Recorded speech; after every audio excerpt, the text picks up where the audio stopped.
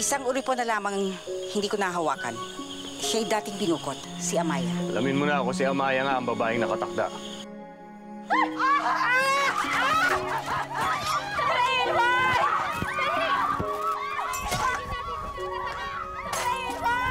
Hindi tayo alis hanggat hindi natin natutukoy kung sino ang sinasabing babaeng nakatakda! Maya, natuklaw rin siya ng ahas.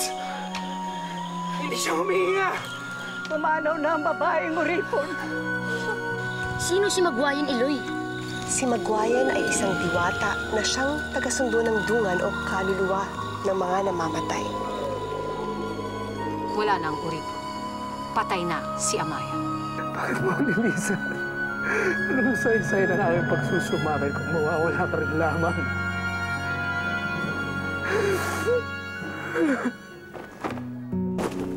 Bai Amaya, na hinulaang itinakda.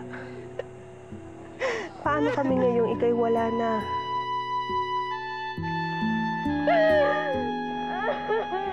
Sabay mong lumisan ang aming pag-asa, maiiwan sa aming mapait na bugna.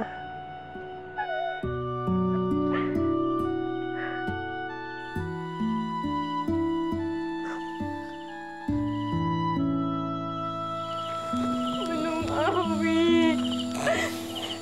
Si Amaya!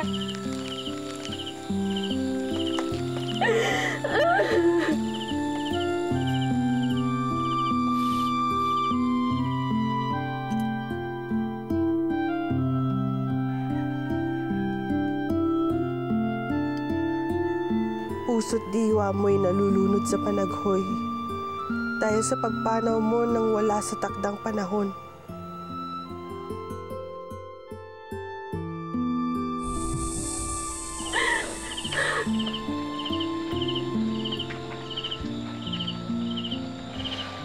Makikiramay ako sa pagpanaw ng iyong pamangkin at ang iyong kaibigan.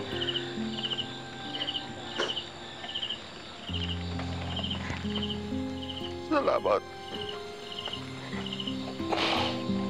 Inoong tumao.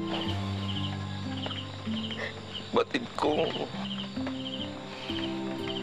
ang kaluluwa ni Amaya ay magiging ng isang kalag. At di magtatagal. Aalis na rin siya sa sulat.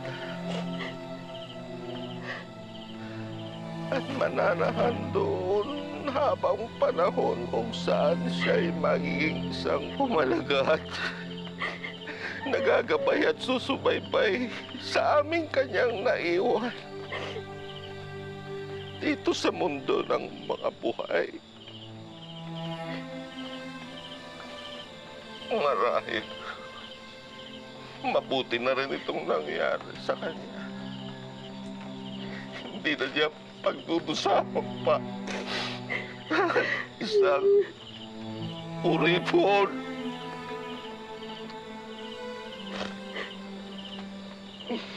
Pagkasasama na sila ng kanyang ama at muli siyang magiging masaya. Nakakapanghinayang lang na hindi napakinabangan ng sinumang lalaki ang angking kagandahan ni Amaya. Masarap sana siyang makaulayaw. Ginoong Tumao, Mangdirigma, mawalang galang na. Ngunit galang mo naman ang aking bai. Totoo lamang ang aking mga sinasabi. Sayang si Amaya. Dahil hindi siya natikman ni Numan.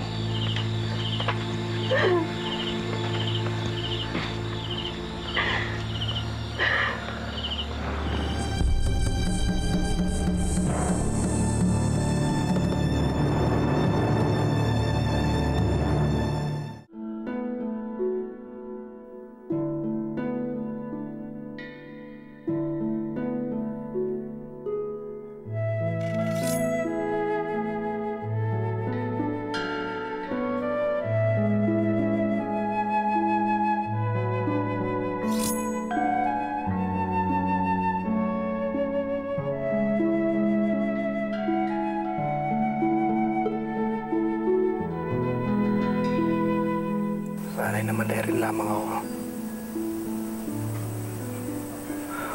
Upang makasama ko yung kaluluwa. Sa halip na habang buhay kitang hindi makikita o makakasama. Nanaisin ko pang makapiling ka sa sulad o sa sahad. Sa halip na habang buhay akong magdurusa sa piling ng iba.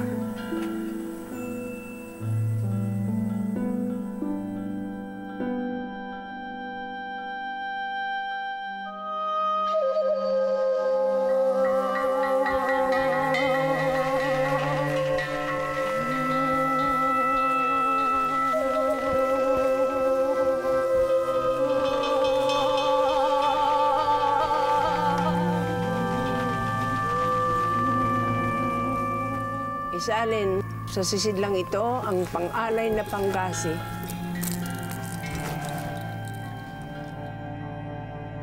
Mahal naming mga diwata, magwayen at pandaki, tanggapin ang alay naming panggasi bilang kapalit sa aming hiling na ibalik ninyo sa amin ang aming babaylang si Sala.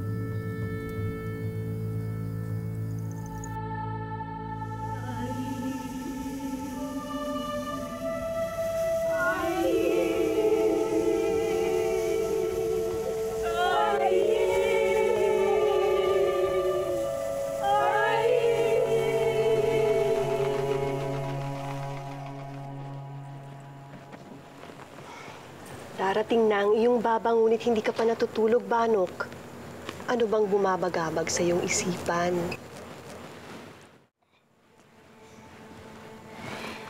Paumanin, Iloy. Naisip ko lamang yung isinalaysay ukod doon sa ating diwata na si Magwayen. Ang sabi niyo sa akin, ang diwatang si Magwayen ay taga-sundo ng mga kaluluwang namatay. Tama. Siya ang naghahatid ng lalangba ng dunga na namatay patungo sa sulad. Ang ibig niyong sabihin, hindi na pwede makabalik pa sa lupa ang ating mga ninuno? Sino mang sunduin ni Magwayen ay namatay na at wala nang buhay pa. Kaya't hindi na siya nararapat dito sa lupa. Ngunit ang tao sa loob niya o ang dungan ay walang kamatayan. At hindi nararapat dito sa lupa kundi doon sa sulad, patungo sa ating saad. Kung saan siya maninirahan ng tahimik kasamang iba pa nating mga umalagad. Anong ginagawa ko dito? Ako ang taga-sunduan ng mga dunga na maghahatid sa inyong paroon. Ang ibig sabihin? Oo, Amaya. Sumakabilang buhay ka na. Ngunit may paraan pa para makabalik sa lupa ang isang dungan at muling manahan sa katawan na kanyang nilisan. Talaga, Iloy?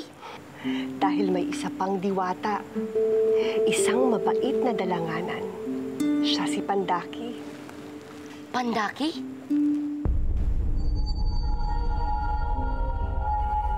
Si Pandaki ay isang mabuti at maawaing diwatang bunggaitan.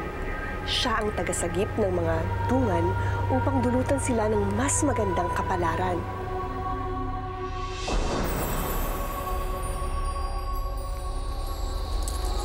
Iginagalang namin ang Pandaki. Mahal na bunggaitan.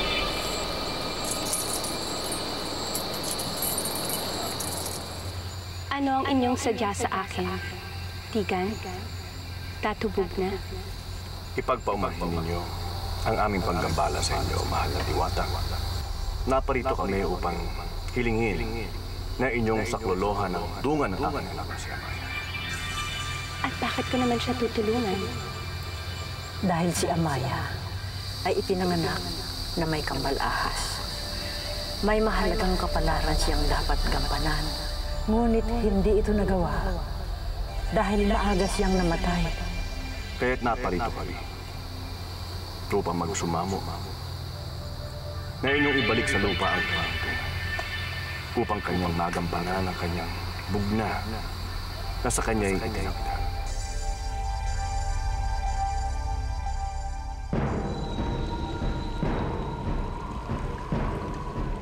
Dakilang Magwayan, nakikiusap ako sa'yo. Muli mo ako ibalik sa lupa. Hindi pa tapos ang aking misyon. Kailangan ko pa magiganti kay Raha Manggubat. Hindi ko mapagbibigyan ng kahilingan. Tungkulin kong dali ng mga dungan sa sulat. At huli ka na para bumalik pa. Dahil malapit na tayo sa ating karoroon. Kawalan mo ang dungan ni Amaya Magwayan. At ipagkaloob mo siya sa akin ngayon din. Ang dungan na ito ay nakalaala sa sulat. Inuutusan kita. Akin na ang dungan ni Amaya.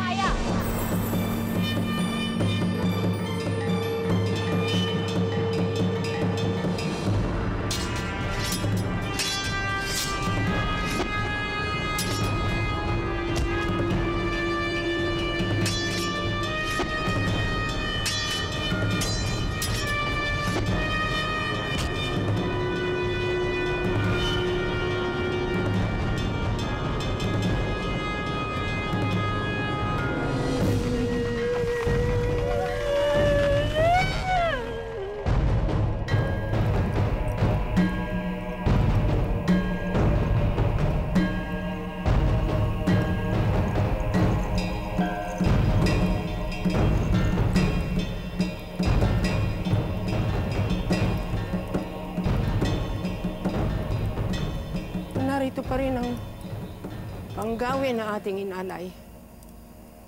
Ni hindi man lamang natikman. Ituloy nating muli ang awit ng pagbawi.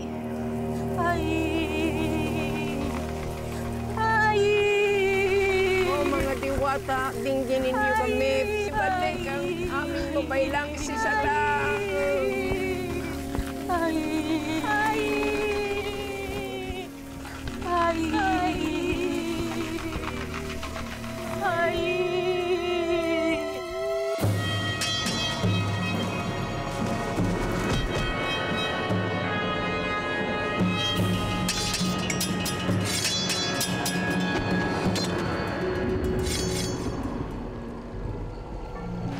Ngayon, ibibigay mo na ba sa akin ang dungan ni Amaya? Tinatanggap ko ang pagkagapi ko. Pahiwatig lamang na dapat ko ibalik si Amaya sa lupa. Malaya ka nang makuha ang dungan niya.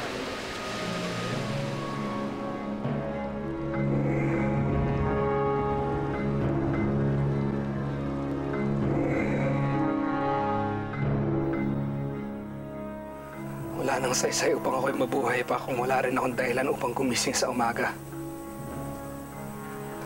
Wala lang kabulahan ng lahat.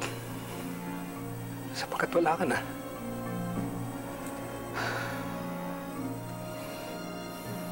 Kung hindi rin tayo maaari magsama sa ating mundo, gagampanan ko ang pag-unong. Dadamayan kita sa iyong kamatayan. Aking buwan.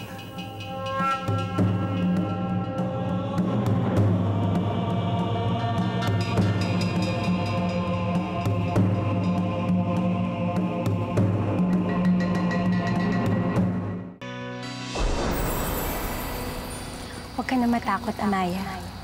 Ligtas ka na. Hindi na pupunta sa sulad ang iyong dungan. Ngunit saan ako pupunta? Ibabalik na kita sa lupa.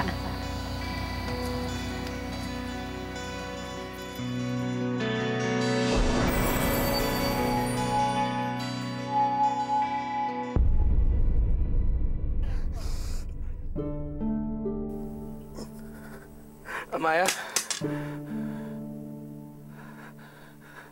Amaya?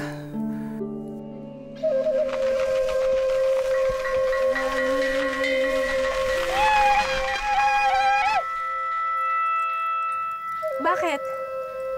Bakit uray hiway? Bakit tayo tumigil?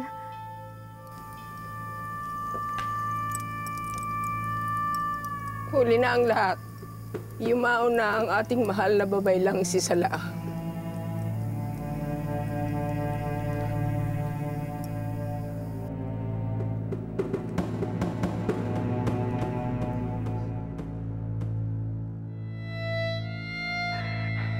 Isang ka pa pala ganito. Kanina ay patay ka na. Ngayon ay buhay na buhay.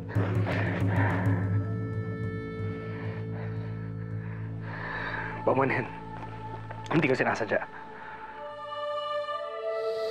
Ano ang nangyari sa paghahanap ninyo ni Magwayan, mahal na banda? Naibalik mo na ba ang dungan ng aking anak sa lupa? Mapapanatag na ang iyong kalooban, Datubog na. Nailigtas ko na si Amaya sa mga kamay ni Magwayan. Kung gayon, makakabalik na si Amaya sa lupa. Magagampanan na niya ang kapanarang hindi niya nagawa. Oo, Digan. At makakabalik na rin kayo sa sulad. Nakamit niyo na ang inyong pakay sa akin. Kaya maaari na kayong humayo. Maraming salamat. Mahal at diwata ko. Totoo nga, napakabuti ninyo.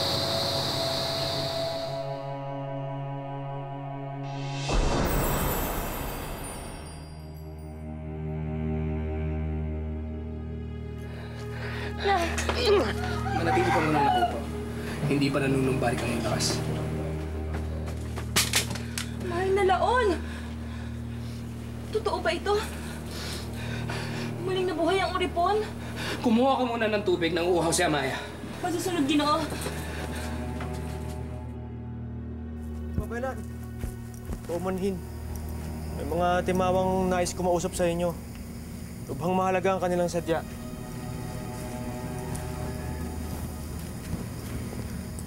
Paumanhin, punong babaylan. Batid kong kayo naging abala sa paglilibing kay Nana Sala. Ngunit buong pangkumbaba ang nais kong pagkatiwala sa inyo ang aking anak. Tanggapin niyo siya upang maging alabay. Anong kakaibang katangian mayroon ng iyong anak upang maging karapat-dapat na alabay o babaylan?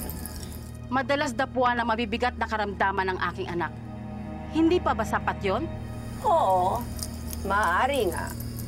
Subalit, maaari ding likas ang pagiging sakitin ng iyong anak. Hindi. Natitiyak kong taglay niya ang katangian bilang isang babaylan. Mahal kong Gina, ang pagiging babaylan ay hindi lamang dahil sa nais ng isang tao. Ito ay itinatakda sa mga piling-piling nilalang ng ating mga umalagad. Punong babaylan! Sila. Kailangan niyo itong masaksihan! Ang uripong namatay si Amaya! Muli siyang nabuhay!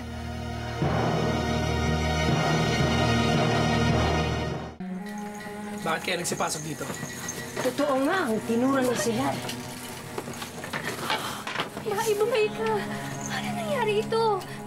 May masakit pa ba sa'yo? May gusto ka bang kainin? Iutos mo lang gagawin ko. Magulustili ka. Wala nang masakit sa akin. Maligaya pagbabalik ang Maya. Yoyo Awi.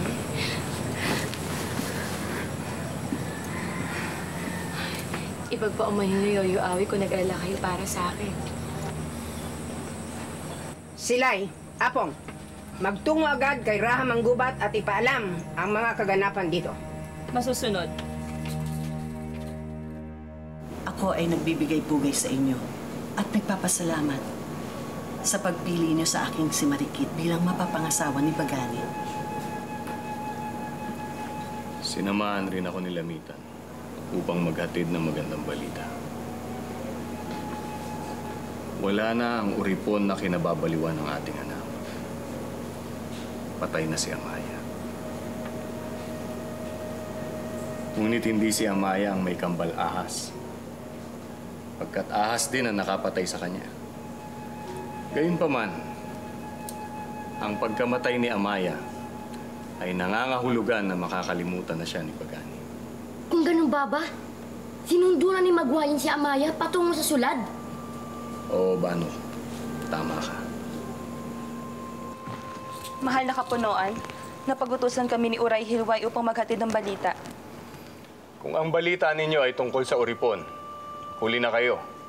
Batid ko na ang sinapit ni Amaya. Hindi yun ang dala naming balita, kapunan. Kung gayon, magsalita kayo. Nabuhay muli si Amaya. Ibig sabihin, iniligtas si Pandaki si Amaya laban kay Magwayan. Lulan ako ng isang baroto na may napakagandang diwata at napakamakapangyarihan. Dadalhin daw niya ako sa sulad. Si Magwayan, isang dalangganang diwata yun. Tama. Yan nga ang pagpapakilala niya sa akin.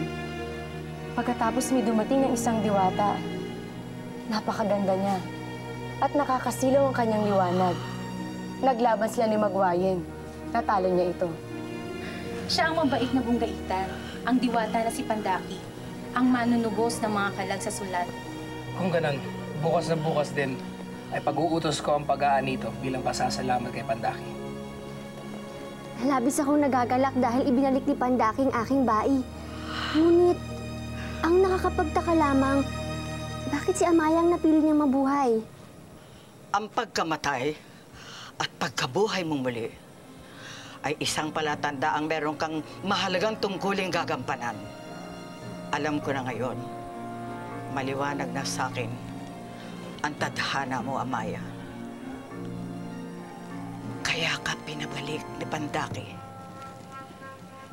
Iisa lang ang kahulugan nun. Ikaw ay napili upang maging isang babaylan.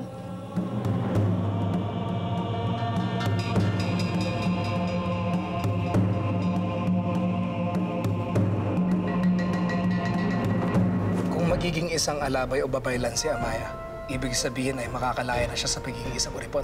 Hindi ko hahayaang lumaya sa pagiging uripon si Amaya at maging isang makapangyarihang babae. Hindi siya magiging babaylan. Patawarin niyo ako po ng babaylan. Ngunit hindi ko matatanggap ang tungkol na inaatas niyo sa akin. Akala marahil ng Amaya na yon ay pwede niyang pahiyain ng gano'n na lamang ang ating punong babaylan. Ang hindi niya alam, sino mang tumalikod sa tungkulin bilang isang babaylan ay napapahangak. Hindi pangkaraniwan ng dayain ng kamatayan. At ang nangyari kay Amaya ay tila nagpapatunay na siya ang babaeng itinakda. Kung maging ganap na babaylan ka, maaari mo nang makapantay kahit ang raha. Kung mapasa iyo ang kapangyarihang ito, magagampanan mo na ang iyong paghihiganti.